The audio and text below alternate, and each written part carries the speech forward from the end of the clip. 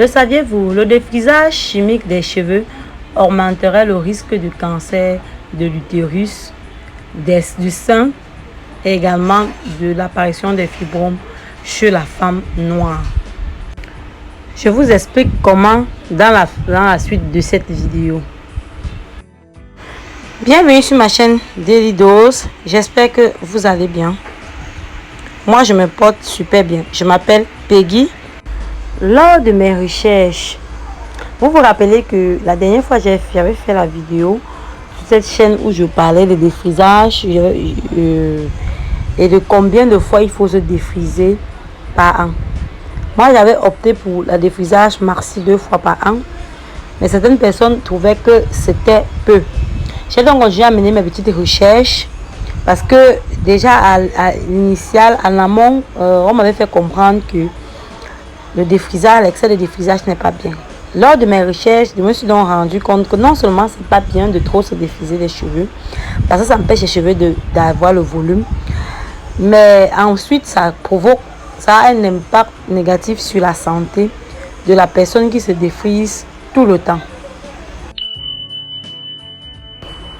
Le défrisage consiste à modifier de façon définitive la fibre capillaire qui est à l'origine des boucles et de la texture frisée des cheveux afro.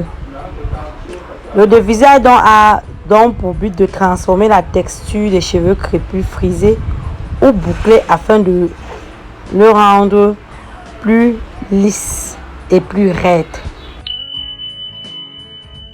Ce qu'on ignore ou ce que les femmes noires ignorent est que le défrisage ne se limite pas uniquement au niveau capillaire.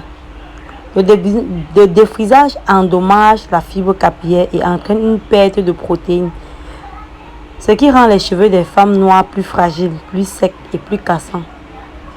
En cas de contact avec la peau, le défrisage entraîne un déséquilibre du pH du cuir chevelu qui cause des pellicules, des démangeaisons et un cuir chevelu irrité.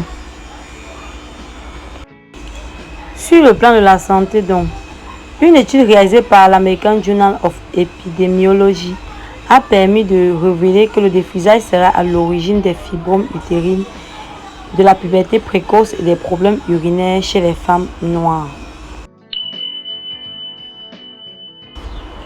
Selon donc les études menées sur les femmes, celles qui ne se défrisent pas ont 1,64% de chances de développer un cancer de l'utérus d'ici leurs 70 ans.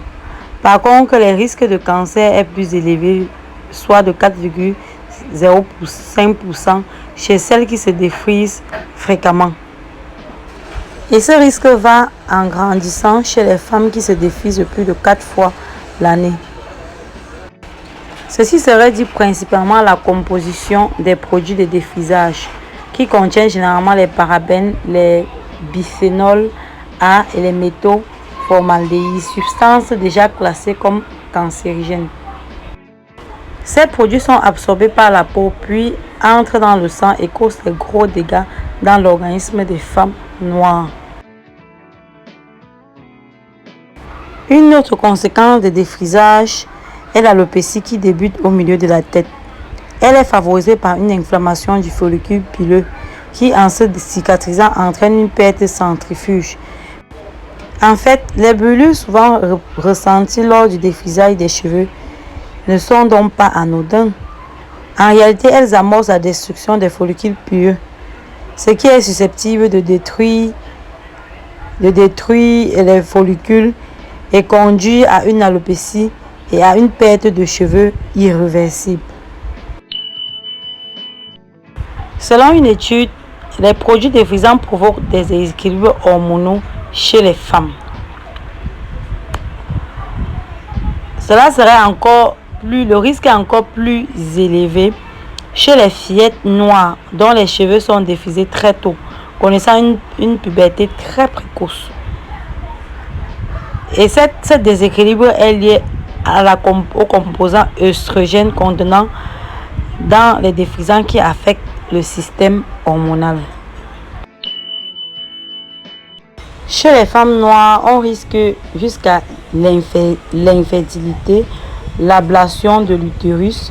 Et d'après les statistiques de l'article, à plus de 30 ans, les fibromes touchent plus de 50% des femmes noires contre seulement de 20 à 30% des femmes blanches. Et bien évidemment, les facteurs favorisant cette anomalie, ce sont les défrisages que subissent les femmes noires en permanence.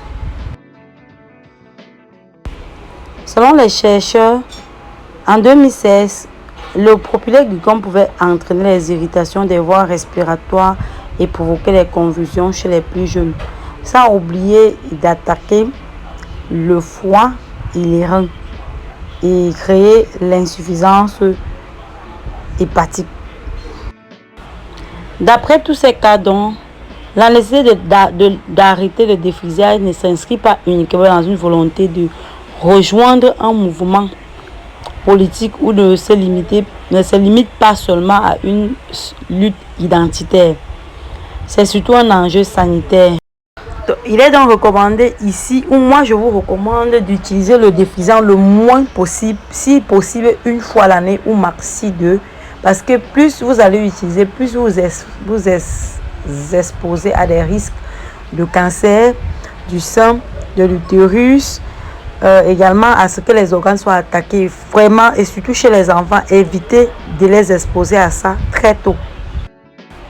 J'espère qu'à travers cette vidéo, j'ai pu te convaincre de limiter l'utilisation des défrisants sur tes cheveux, ou alors de conserver tes cheveux à l'état naturel, ou à défaut d'éviter d'appliquer les défrisants sur les cheveux de ton enfant.